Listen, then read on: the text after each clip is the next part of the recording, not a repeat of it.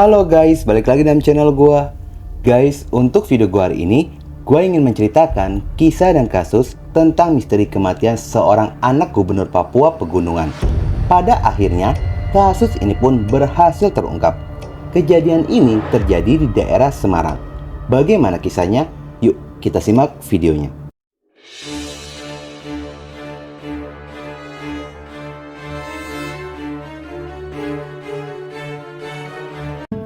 Kisah bermula, kita berkenalan dengan sosok gadis muda, seorang remaja 16 tahun, bernama Alinsia Bukman Kondomo yang masih duduk di bangku SMA, di SMA 2 Semarang. Sosok Alinsia di mata keluarga merupakan anak yang baik, sederhana, dan gemar menabung. Alinsia ini merupakan anak seorang pejabat, ayahnya seorang PJ Gubernur Papua Pegunungan, bernama Nicholas Kondomo sejak 11 November 2022. Di saat momen lebaran ataupun Natal, keluarga mereka pun sering berkunjung ke desa Jatiharjo lantaran kakek neneknya merupakan warga asli desa Jatiharjo. Gadis kelahiran desa Jatiharjo ini selama ayahnya bertugas menjadi seorang pejabat Papua, Alinsia tetap menetap di Semarang. Dikarenakan sejak kecil Alinsia sudah tinggal di Semarang. Selama di Semarang, Alinsia tinggal di sebuah rumah kos Jalan Pawiatan, Luhur Bendanisor, Kota Semarang. Namun, semua kenangan indah bersama dengan Alinsia harus berakhir dengan luka mendalam bagi pihak keluarga, di mana Alinsia ditemukan telah mengalami kejang-kejang di sebuah rumah kos milik temannya yang berada di daerah Jalan Tinjau Moyo, Banyumanik, Kota Semarang. Pada hari Kamis, tanggal 18 Mei 2023, Alinsia dilarikan ke Rumah Sakit ST Elizabeth Semarang. Namun, sekitar pada jam 16.15 menit, dokter jaga menyatakan jika Alinsia telah meninggal dunia. Pihak keluarga yang mengetahui putri tercintanya telah meninggal dunia dan adanya beberapa kejanggalan pada kasus ini, kematian dari Alinsia pun dilaporkan ke pihak kepolisian. Polisi pun segera bergerak melakukan penyelidikan. Saat polisi melakukan olah TKP lokasi kamar kosan nomor 40, awal kejadian, polisi menemukan adanya beberapa botol miras berada di sana. Selain itu, saat dibawa ke rumah sakit, korban tidak menggunakan bra dan bra korban pun tergantung di lehernya. Polisi mengamankan 3 orang yang statusnya masih menjadi saksi. Pihak kepolisian pun tidak bisa memastikan penyebab korban meninggal dunia.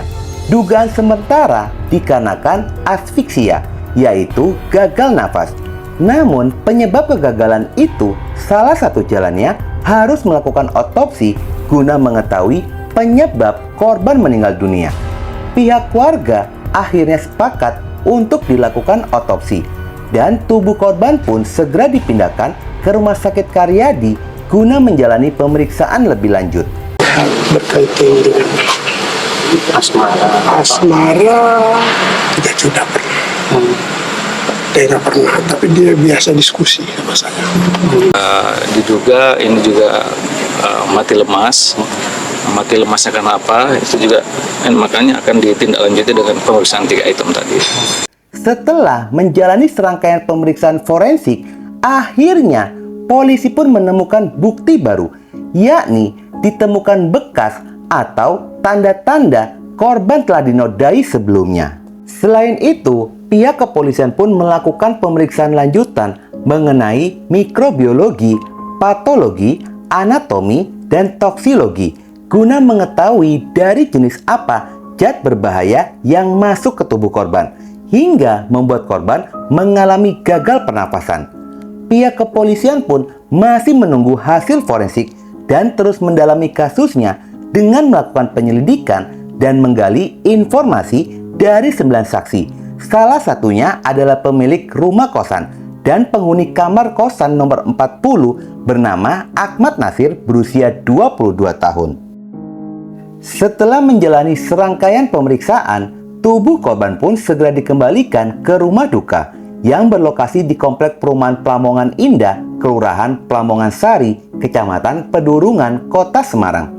Isak tangis keluarga pun tidak bisa terbendung saat kedatangan peti yang membawa tubuh Alinsyah. Selain itu, banyak karangan bunga berdatangan dari berbagai kalangan yang turut bersimpati dan berduka dengan meninggalnya Alinsyah. Pada hari Sabtu, tanggal 20 Mei 2023, Alinsyah dibawa ke Pulau Kulon, Kabupaten Grobogan, Jawa Tengah, di mana lokasi tersebut merupakan tempat peristirahatan terakhir untuk Alinsyah. Dari hasil penyelidikan pihak kepolisian, polisi pun menemukan fakta dan bukti. Pada tanggal 3 Mei 2023, adanya riwayat percakapan antara korban dan seorang pria yang diketahui adalah Ahmad Nasir. Namun saat dikonfirmasi, ternyata polisi tidak menemukan riwayat percakapan di ponselnya Ahmad yang diduga telah dihapus. Namun dari keterangan saksi, jika Ahmadlah orang terakhir yang menjemput dan membawa Alinsyah ke tempat kosan tersebut, sehingga polisi pun dapat mengkerucutkan kepada satu terduga pelaku ini. Setelah menjalani serangkaian pemeriksaan, akhirnya Ahmad mengakui jika dirinya adalah orang terakhir bersama dengan korban. Namun pelaku mengaku tidak melakukan pembunuhan dan kematian korban pun tidak diduga oleh pelaku. Selain itu, pelaku mengaku telah menodai korban di saat korban sudah tidak berdaya. Kejadian ini bermula dari perkenalan antara korban dan pelaku melalui akun sosial media yaitu Instagram, di mana keduanya pun saling berbalas chatting hingga berbalas chat mulai dari Telegram dan WhatsApp. Dari komunikasi itu pun mereka sepakat untuk bertemu. Ahmad Nasir merupakan seorang mahasiswa semester 4 Fakultas Ekonomi Universitas Swasta yang ada di Semarang. Pada jam 10 pagi tanggal 18 Mei 2023, dirinya menjemput korban menggunakan motor, lalu keduanya pergi menuju kosan dari pelaku. Di mana saat berada di kosan tersebut, pelaku menyuguhi miras, lalu keduanya pun berbincang sambil menikmati miras tersebut. Pelaku mengaku dirinya tidak memaksa korban untuk meminum miras. Korban sendiri yang mengambil lalu meminum miras tersebut. Setelah beberapa saat, korban pun merasakan mual dan lemas.